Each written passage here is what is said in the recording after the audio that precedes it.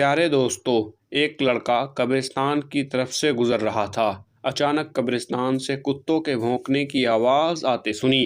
जब उसने कब्रिस्तान में जाकर देखा तो कुत्तों का एक गिरोह एक कब्र के पास अजीब तरह से आवाज़ निकाल रहा था।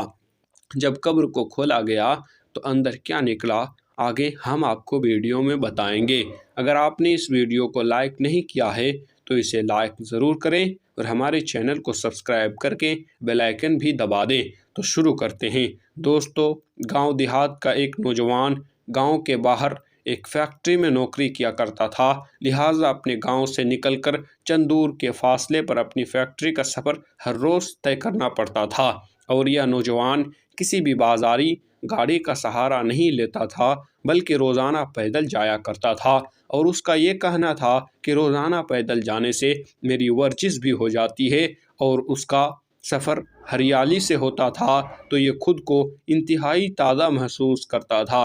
गांव से बाहर जाने पर एक कब्रिस्तान भी मौजूद था, इसीलिए रोज़ वहाँ से गुज़रते हुए कब्र वालों को सलाम करता था और उनके लिए दुआ भी करता था। लेकिन दोस्तों, पिछले तकरीबन 3 दिन से उसके सामने एक अजीब-ओ-गरीब वाक़या पेश आ रहा था और उसे समझ में नहीं आ रहा था कि इस मामले की क्या वजह है। वो ये सोच रहा था कि मुझे यहाँ से गुज़रते हुए तकरीबन 10 साल हो गए हैं, लेकिन आज तक तो ऐसा कभी नहीं हुआ।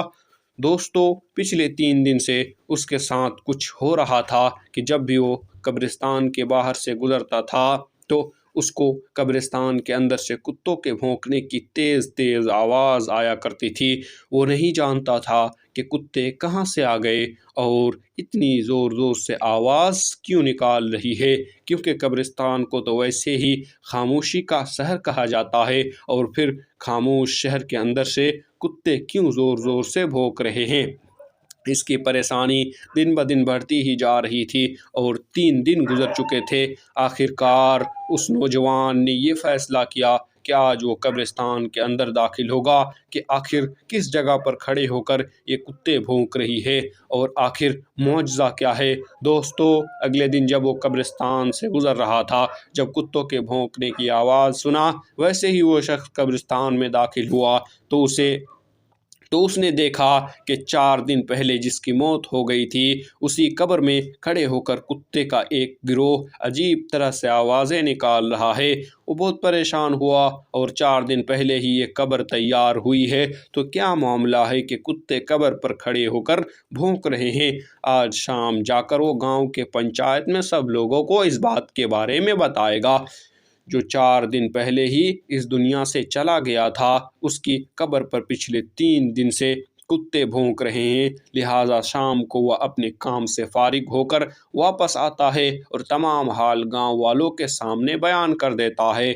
अब गांव के पंचायत में लोगों ने ये फैसला किया कि उसकी कब्र को खोला जाए और देखा जाए कि आखिर क्या मामला है।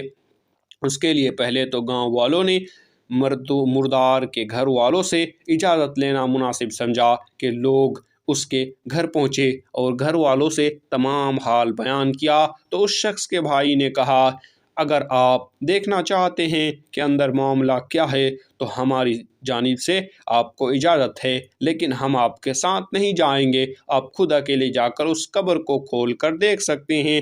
लेकिन लोगों ने इस बात पर ज़्यादा गौर करने के बजाय ये सोचा कि पहले कब्र को खोल कर देखा जाए कि आखिर क्या मुआजिज़ा है।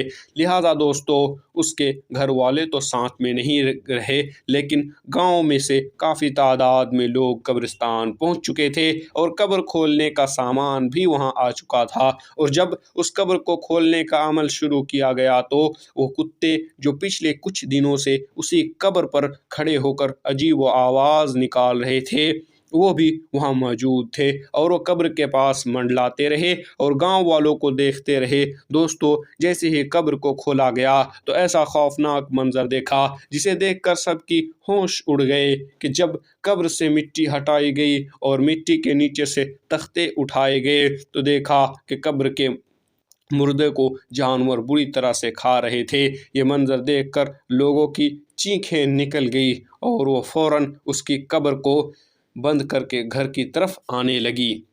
کیونکہ اس مردوں کو جانور اتنی بری طرح سے کھا رہے تھے کہ جو وہاں پر موجود تھے ان پر کپ کپی طاری ہو گئی۔ لیکن دوستو، آخر وہ کون سا گناہ کیا تھا جس کی وجہ سے اس کی قبر میں اتنا خوفناک عذاب ہو رہا تھا؟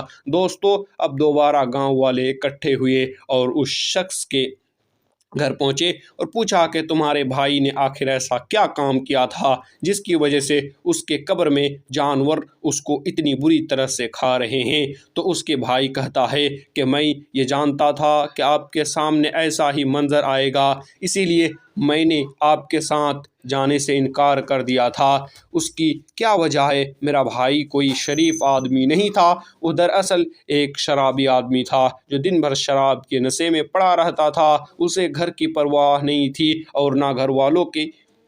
اس کی زندگی کا مقصد صرف اور صرف برائی کرنا تھا، اور وہ شراب پی کر اپنے رشتوں کے معنی بھی بھول جاتا تھا، یہاں تک کہ وہ میری ماں کو گالیاں دیا کرتا تھا اور باپ کے ساتھ بھی لڑائی جھگڑا کرتا تھا، اور جب اسے شراب پینے کی پیسہ نہیں ملتا تھا وہ ایسے بدترین گناہ کرتا تھا جس کے بارے میں آپ کے سامنے بیان بھی نہیں کیا جا سکتا۔